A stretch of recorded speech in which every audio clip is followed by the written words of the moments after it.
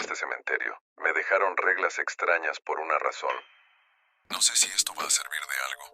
O si dentro de unos días voy a convencerme de que exageré, pero anoche entendí por qué el puesto de custodio del cementerio aparece libre tan seguido, y por qué cuando alguien lo ocupa no dura.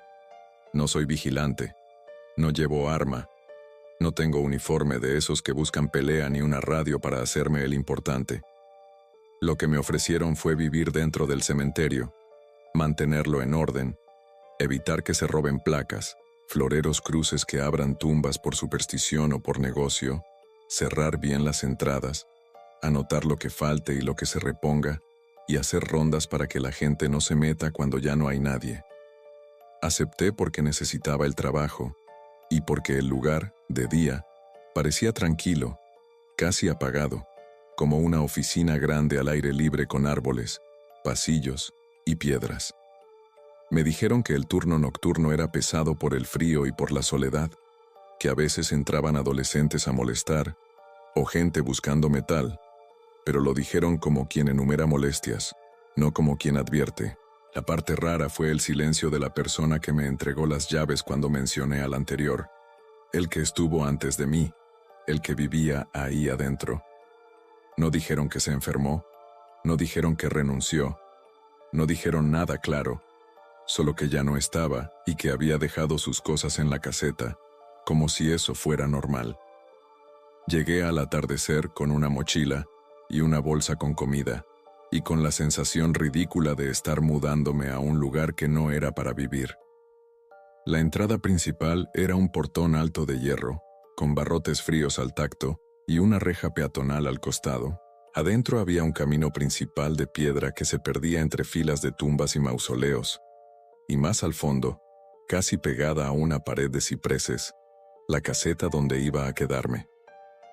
Me hicieron firmar papeles en una oficina que olía a humedad vieja, me dieron un manojo de llaves que pesaba más de lo esperado, y una libreta para dejar constancia de incidencias, y me señalaron con el dedo un plano impreso, donde estaban marcados el depósito de herramientas, el osario, la capilla y los sectores.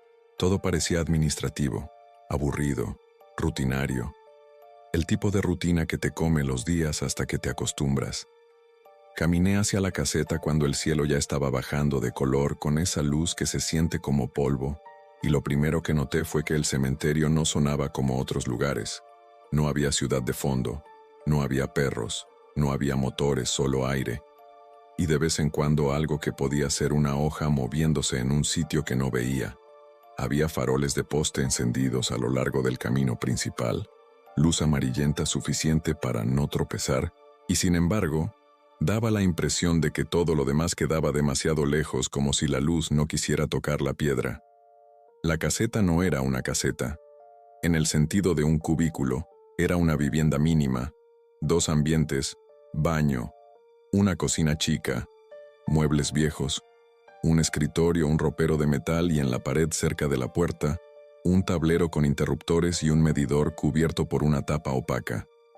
Había un olor raro, no exactamente a encierro, más bien a tierra húmeda que se quedó pegada en ropa y nunca se fue, como si el lugar respirara hacia adentro.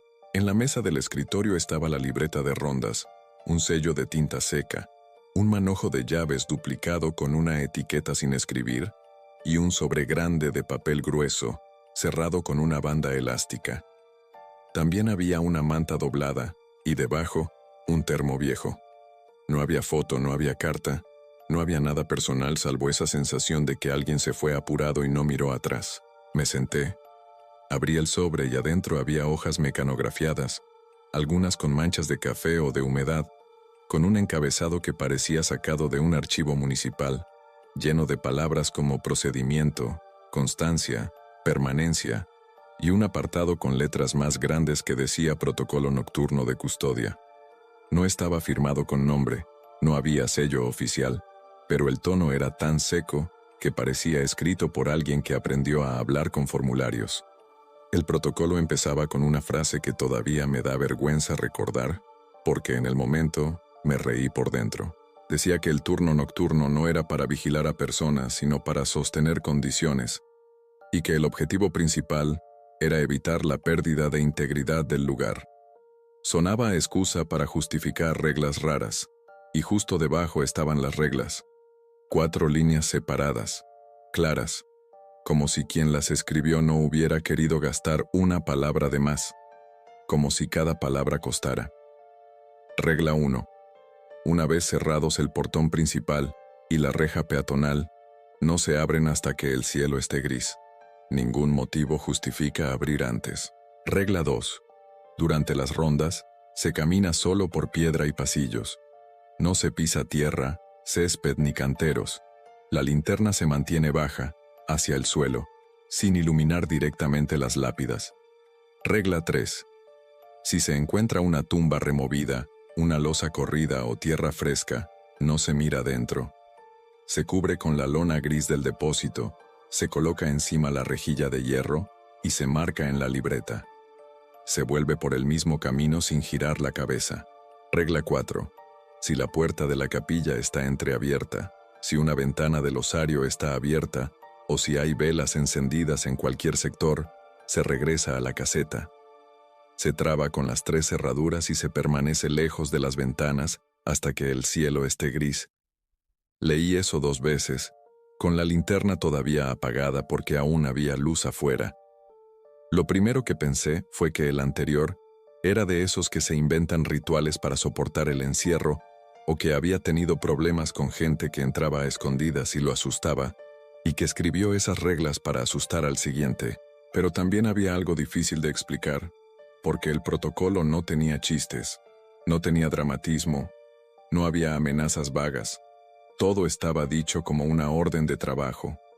El detalle de la lona gris, de la rejilla de hierro, de las 3 cerraduras, me hizo levantarme y revisar la puerta, y ahí estaban. 3 cerraduras diferentes, no una, no 2, 3, cada una con su llave. Nadie pone 3 cerraduras por adolescentes que roban flores. Fui al depósito de herramientas antes de que oscureciera del todo, siguiendo el plano, y encontré la lona gris doblada en un estante, pesada como si hubiera absorbido humedad durante años, y también una rejilla de hierro rectangular con marcas de óxido y barro seco en las esquinas, como si hubiera sido arrastrada por el piso más de una vez. Todo tenía un uso que nadie me explicó. Cuando el último visitante se fue y el cementerio se quedó solo, hice lo que me habían dicho en la oficina: cerrar. Caminé hasta el portón principal con el manojo de llaves golpeándome la pierna a cada paso, y la idea de vivir ahí adentro empezó a pesarme de verdad, como si cada tumba tuviera su propio frío y lo sumara. Puse el candado, pasé la cadena, revisé la reja peatonal, y por un segundo, con el metal bajo mis manos, pensé en la primera regla y en lo fácil que era romperla solo para probar. La sensación no era de curiosidad, era de desafío, como cuando uno ve un cartel que dice no pasar y lo primero que piensa es ¿por qué? No lo hice, me repetí que era mi primer turno y que lo más sensato era seguir el protocolo aunque fuera una tontería, y volví por el camino principal mientras el cielo terminaba de apagarse. Los faroles estaban encendidos, el aire se volvió más frío, y en la primera fila de tumbas, casi al lado del pasillo, vi un florero de vidrio dado vuelta como si alguien lo hubiera empujado. Me agaché, lo acomodé, y en ese gesto simple sentí que no era un lugar para estar agachado, que inclinar la cabeza ahí te ponía en una posición rara, como si el suelo tuviera paciencia. Hice la primera ronda temprano, cuando todavía podía orientarme por el fondo del cielo y por la forma de los árboles. Caminé despacio sin apuro revisando portones internos, los candados del osario, las puertas de algunos mausoleos familiares que tenían herrajes viejos, y anoté 2 cosas menores, una cadena floja y una placa de mármol que parecía recién limpiada por alguien. No vi gente, no vi sombras raras, no vi nada fuera de lugar salvo lo que uno puede ver en cualquier cementerio de noche. Luces que deforman, estatuas que te parecen personas, cruces que desde cierto ángulo parecen brazos. Lo único que me molestó de verdad fue la sensación de estar siendo observado desde abajo, no desde los árboles ni desde la oscuridad, sino desde el nivel de la tierra, como si el suelo estuviera atento a mis pasos. Me acordé de la segunda regla, la de no pisar tierra, y me di cuenta de algo obvio que no había notado. La piedra del camino principal estaba limpia y lisa, pero la tierra a los costados parecía demasiado removida, como si hubiera sido peinada con rastrillo hace poco. Y sin embargo nadie trabaja esa tierra de noche. A un costado del pasillo vi una huella larga, como una marca arrastrada. No de ruedas, no de zapatos, algo más ancho, y la vi solo un instante porque la luz del farol no llegaba bien. Ahí saqué la linterna, la encendí, y por instinto la apunté hacia adelante, hasta que me acordé de la regla y la bajé al suelo, como si esa simple acción pudiera hacerme menos visible. Volví a la caseta, preparé algo de comer, traté de sentarme a leer para pasar el tiempo, pero la casa parecía más pequeña con la noche encima. Los faroles afuera se veían por la ventana como manchas de luz, y el vidrio reflejaba partes del interior, lo suficiente para que mi propia cara se mezclara con el fondo de lápidas. No me gustó. Cerré cortinas. A ratos, el silencio se rompía con cosas pequeñas, un cambio de viento, el crujido de una rama lejos, y cada vez que eso pasaba, yo pensaba en las reglas como si fueran un chaleco, no porque creyera en ellas, sino porque era lo único concreto que tenía.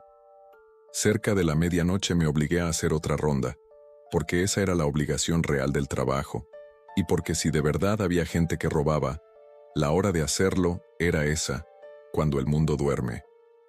Salí, cerré la puerta detrás de mí, comprobé que la llave girara en la primera cerradura y guardé el resto en el bolsillo, y caminé otra vez por el pasillo principal.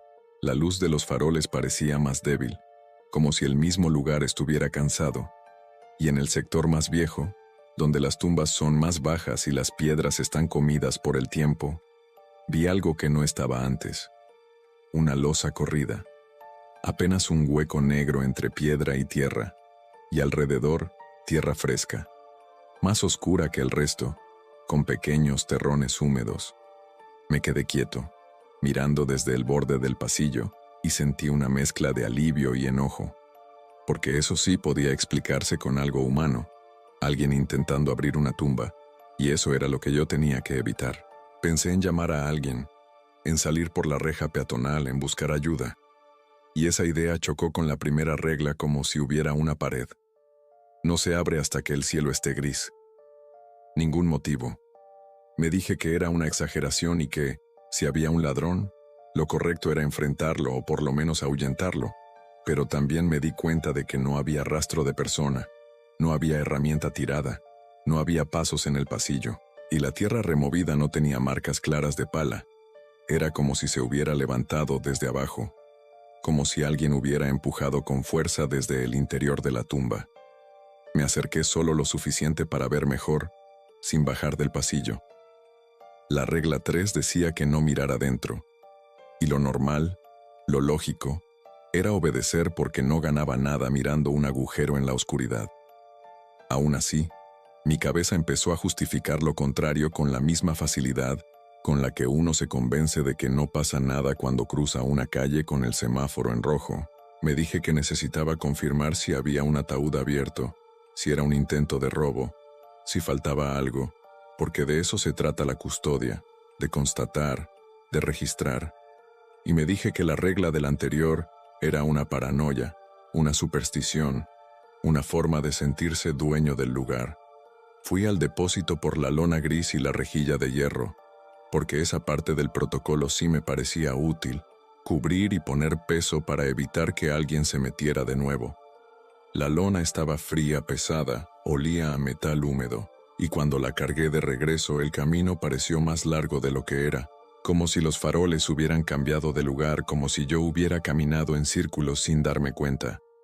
Ese tipo de sensación pasa cuando uno está nervioso, me dije, y me obligué a mirar solo el suelo iluminado por mi linterna, piedra tras piedra, hasta llegar al hueco otra vez. Extendí la lona sobre la losa corrida, la acomodé para que cubriera el espacio negro, y al hacerlo noté algo que me apretó el estómago. La lona se hundió apenas, como si debajo no hubiera aire, como si hubiera algo más cerca de la superficie de lo que debería. No era un bulto definido, Era más bien una resistencia, como cuando apoyas una tela sobre agua quieta y sentís que no toca fondo. Me quedé con la mano apoyada un instante, y retiré la mano rápido, con la sensación de que estaba tocando algo que no quería ser tocado. Ahí fue cuando rompí la regla, sin una gran decisión, sin heroísmo, por un impulso estúpido. Levanté una esquina de la lona y apunté la linterna hacia el hueco. No iluminé una tumba completa, no vi un ataúd entero, no vi un cuerpo, no vi nada que pudiera describir como una escena clara. Vi tierra y sombra, vi la pared interna de la fosa, vi algo como madera astillada más abajo, y vi por un segundo una parte que no encajaba, una superficie húmeda que reflejó la luz como si estuviera viva. No tengo otra palabra. No era agua, no era barro, era algo que devolvió la luz con intención, y en ese reflejo sentí que me estaban mirando desde una distancia ridículamente corta, como si el hueco fuera una boca, y yo hubiera metido la cara. Me aparté de golpe, bajé la linterna, dejé caer la lona como si me quemara, y el silencio se volvió distinto. No más fuerte, sino más atento. No escuché pasos, no escuché respiración, no escuché nada obvio, pero el aire cambió. ¿Cómo cambia cuando alguien entra a una habitación y vos no lo viste? Me quedé inmóvil, con el corazón golpeando en el pecho, y lo único que pensé fue que la regla 3 no era para evitar un susto, era para evitar que algo supiera que yo estaba ahí. Coloqué la rejilla de hierro sobre la lona con manos torpes, haciendo fuerza para que quedara firme, y anoté en la libreta con letra apretada el lugar exacto, como si el acto de escribir pudiera poner distancia. No miré atrás cuando me fui, por una mezcla de obediencia tardía y miedo puro, y caminé de vuelta por el pasillo principal tratando de mantener la linterna baja. A los pocos metros, el haz de luz tocó una lápida sin querer, un reflejo blanco en el mármol, y me acordé de la segunda regla con un sobresalto. Bajé la linterna enseguida, pero ya era tarde para deshacerlo, porque en la superficie pulida vi algo que no era mi cara, no era otra cara, tampoco era una forma oscura detrás de mí, como una sombra que no respetaba la dirección de la luz. No estaba definida, no tenía contornos, pero estaba ahí, ocupando un lugar donde no debía haber nada. No me di vuelta, no me di permiso de confirmar. Seguí caminando con la cabeza fija, y la sensación de que algo se movía al borde del pasillo creció como una presión en los oídos, como si el propio cementerio hubiera encontrado un ritmo. En el sector de mausoleos, donde hay paredes y puertas de metal con nombres grabados, el aire se volvió más frío. Las puertas están cerradas, pero algunas tienen rendijas, y desde esas rendijas se siente el olor del interior, un olor seco, viejo, distinto al de la tierra. Esa mezcla me mareó. Vi tierra fresca en más de un lugar como si varias tumbas hubieran sido tocadas en el mismo intervalo. Y empecé a entender con una claridad desagradable que yo no estaba viendo el resultado de un robo, estaba viendo un movimiento continuo, algo que trabajaba la tierra de noche con una paciencia que no es humana. Recordé lo que me dijeron de forma indirecta en la oficina, que a veces faltaban cosas, que a veces había denuncias por profanación, y pensé en lo fácil que debe ser culpar a gente desconocida, a ladrones invisibles, cuando en realidad nadie quiere admitir que el lugar tiene su propia manera de abrirse. Seguí caminando rápido sin correr porque correr habría sido aceptar el pánico, y yo todavía quería creer que todo tenía explicación, y fue ahí en un giro del camino, donde vi algo que me obligó a tragar saliva. Una vela encendida al borde de una tumba, una llama quieta como si no hubiera viento, y al lado, la capilla, con la puerta apenas entreabierta, una línea negra en el marco claro. La regla 4 estaba escrita para ese momento exacto, y aún así, mi cabeza intentó inventar una causa lógica. Alguien entrando a hacer un ritual, un ladrón usando luz, un visitante imprudente. La llama no titilaba. No tenía sentido. No entré a la capilla. No me acerqué a la vela. Di media vuelta por el mismo pasillo por el que había venido, y esa decisión me costó porque se sentía como abandonar mi trabajo. pero también fue lo único que me mantuvo con algo parecido a control. Llegué a la caseta con la piel fría, cerré la puerta, trabé la primera cerradura, luego la segunda, luego la tercera, y me quedé de pie sin saber qué hacer con las manos. La casa parecía más silenciosa que el exterior, y eso es imposible, pero así se sentía, como si el interior estuviera aislado de la noche por una capa delgada que podía romperse.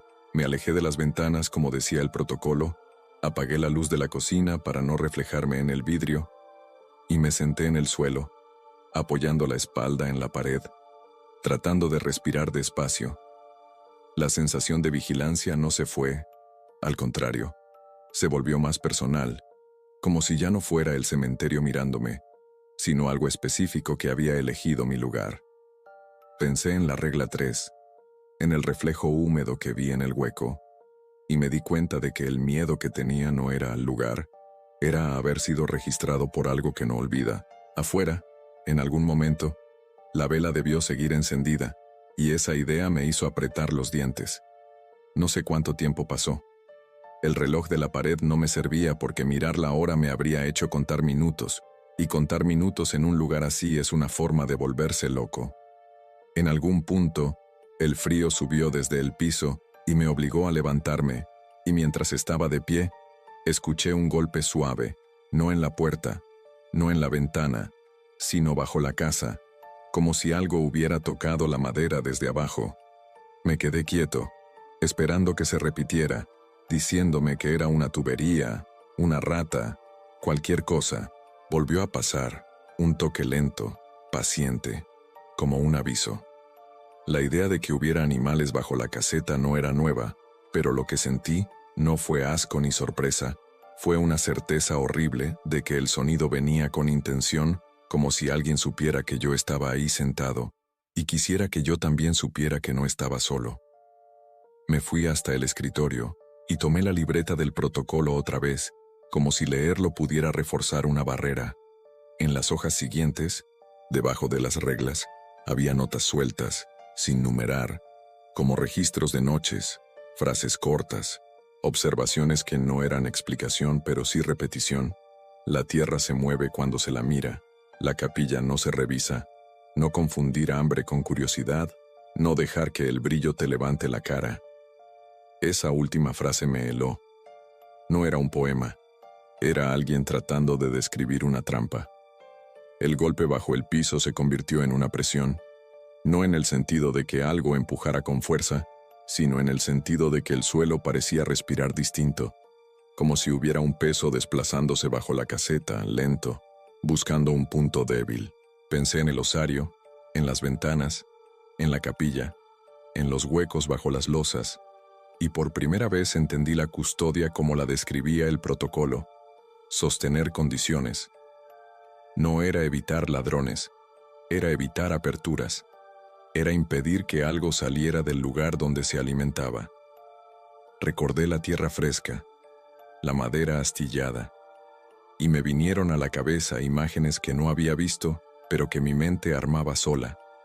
Ataúdes abiertos desde abajo, restos faltantes, y esa idea me hizo sentir náuseas. Me tapé la boca con la mano para no hacer ruido, no porque creyera que el ruido lo atraía, sino porque no quería darle ninguna señal de mí mismo. El golpe bajo el piso se movió hacia un costado, como si rodeara la casa, y entonces, del lado de la ventana, vi una sombra que bloqueó un farol por un segundo. No una figura clara, solo una interrupción, como cuando pasa una persona frente a una luz. La diferencia es que la sombra estaba demasiado cerca del vidrio y demasiado baja, como si algo se inclinara a mirar y yo no miré. Me obligué a mirar el suelo porque la regla 4 decía estar lejos de ventanas, y porque la regla 3 ya la había roto, y no quería darle algo más. El problema con obedecer reglas en serio es que te das cuenta de que el lugar empieza a negociar con tu atención. Cada vez que algo afuera se movía, mi cuerpo quería girar, quería confirmar, quería ponerle forma al miedo para poder manejarlo.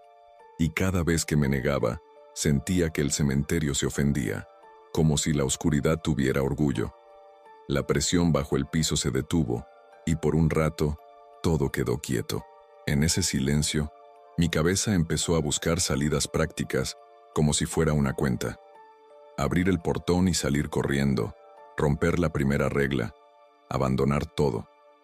Pero yo estaba encerrado por mí mismo y por algo más, porque la idea de abrir antes de que el cielo estuviera gris me daba un miedo que no era racional, como si esa acción fuera peor que quedarme ahí. No era solo miedo a que entrara gente, era miedo a que algo aprendiera el borde, a que cruzara. Me quedé esperando el cambio del cielo como quien espera una condición médica, y cuando por fin vi a través de una rendija mínima de la cortina que el negro del exterior empezaba a volverse un azul sucio, me levanté con una decisión que no sentía como valentía sino como necesidad.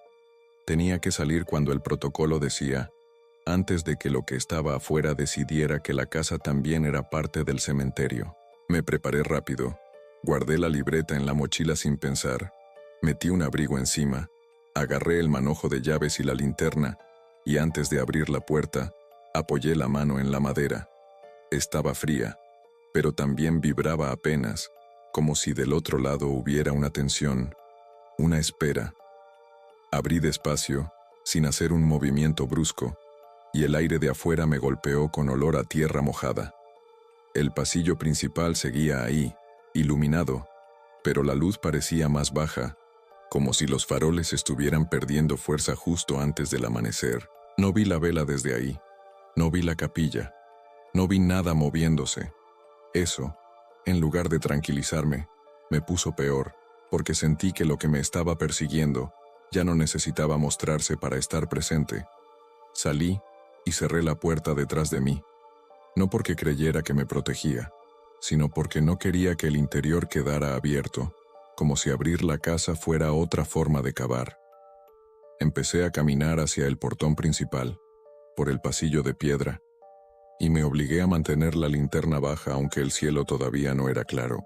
A cada paso, la sensación de que el suelo a los costados tenía vida propia me apretaba las piernas, como si la tierra estuviera llena de una masa que se desplazaba buscando el borde de la piedra. En el cruce donde el pasillo principal se abre hacia el sector viejo, vi la lona gris que había colocado en la tumba removida. La rejilla estaba corrida, no caída, corrida, como si alguien la hubiera empujado desde abajo con una fuerza lenta. La lona tenía una protuberancia, apenas, como si algo se hubiera acercado a la superficie para respirar aire. No me detuve. La regla 3 decía no girar la cabeza, y esa regla, después de haberla roto, se volvió lo único que podía respetar con obsesión. Seguí caminando sin mirar de reojo, sin mirar lápidas, sintiendo que mi cuello quería moverse por sí solo. El pasillo parecía estirarse. No sé cómo describirlo sin que suene absurdo, pero yo conocía la distancia entre la caseta y el portón, porque la había caminado varias veces esa noche. Y sin embargo, en ese momento, cada farol parecía más lejos, como si hubiera otro tramo de piedra apareciendo bajo mis pies. Me vino la idea de que el cementerio estaba intentando evitar que yo llegara al borde, no cerrándome el camino con un muro, sino volviéndolo interminable, como esos sueños donde corres y no avanzas. La única forma que encontré de luchar contra eso fue mirar solo el círculo de luz de la linterna sobre la piedra y contar mentalmente mis pasos sin números, solo con una cadencia muda como un metrónomo para mantenerme en movimiento. Cuando el cielo se volvió finalmente gris, gris de verdad, no azul oscuro, sentí una liberación mínima, como si una regla del lugar se hubiera debilitado.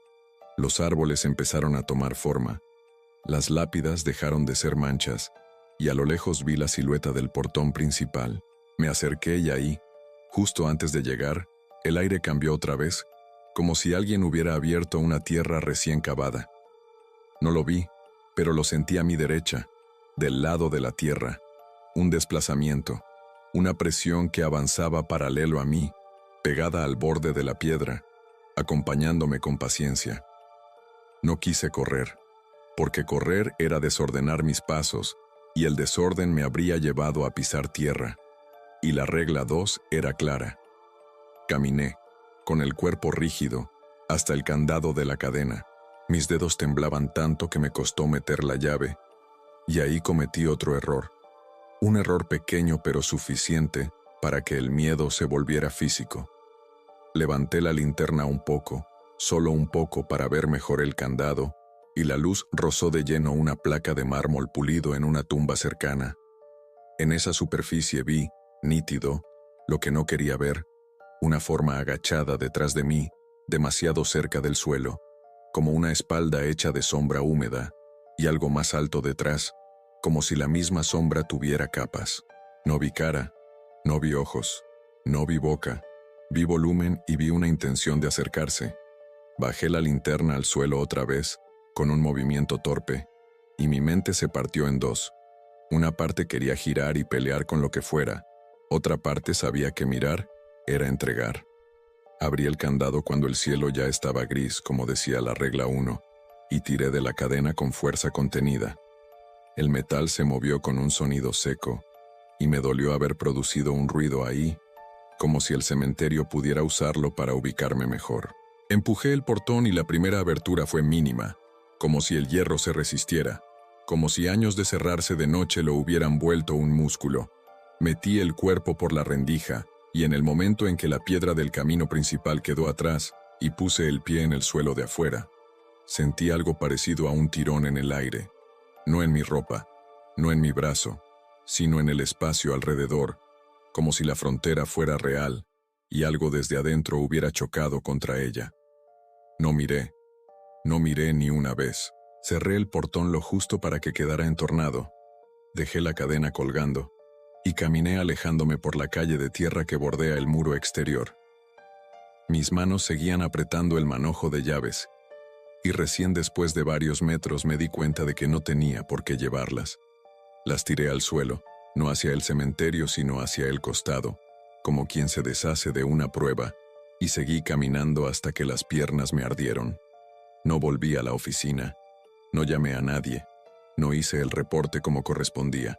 Me senté en una vereda más adelante, donde ya se veían casas y la calle empezaba a tener vida, y me quedé ahí con la mochila en las rodillas, mirando mis manos. Tenía tierra bajo las uñas, tierra oscura, húmeda, y yo no recordaba haber tocado tierra fuera de la lona y de la rejilla. Me froté los dedos hasta lastimarme la piel, y la tierra no se iba, como si no fuera tierra sino una mancha. El cielo ya era claro, pero yo seguía sintiendo el frío del cementerio en la espalda, como si me hubiera quedado pegado. No sé qué pasó con el lugar cuando me fui. No sé si el protocolo sigue ahí esperando al siguiente. Lo único que sé es que la regla 3 no se rompe y se sigue como si nada, porque desde el instante en que miré dentro de esa tumba, la noche dejó de ser una noche de trabajo y se convirtió en una persecución lenta, silenciosa, paciente. Sigo pensando en la vela encendida sin viento, en la capilla entreabierta, en la rejilla corrida desde abajo, y sobre todo en esa sensación de ser observado desde la tierra, como si el cementerio no guardara a los muertos, sino a algo que los usa. No volví a entrar. No voy a volver. Si en algún momento alguien pregunta por qué dejé el puesto sin avisar, que inventen la explicación que quieran, que digan que no soporté el frío, que me asusté por historias, que no quise la soledad, me da igual. Lo que pasó anoche no necesita que yo lo nombre para que exista, y eso es lo peor, que no tiene nombre, no lo necesita, solo necesita que alguien se acerque, mire donde no debe mirar, y crea por un segundo que la custodia era un trabajo común. Gracias a todos por su apoyo. Sobre todo, a los miembros de este canal. Sin ustedes no sería posible este proyecto. Sin nada más que decir. Gracias por ver.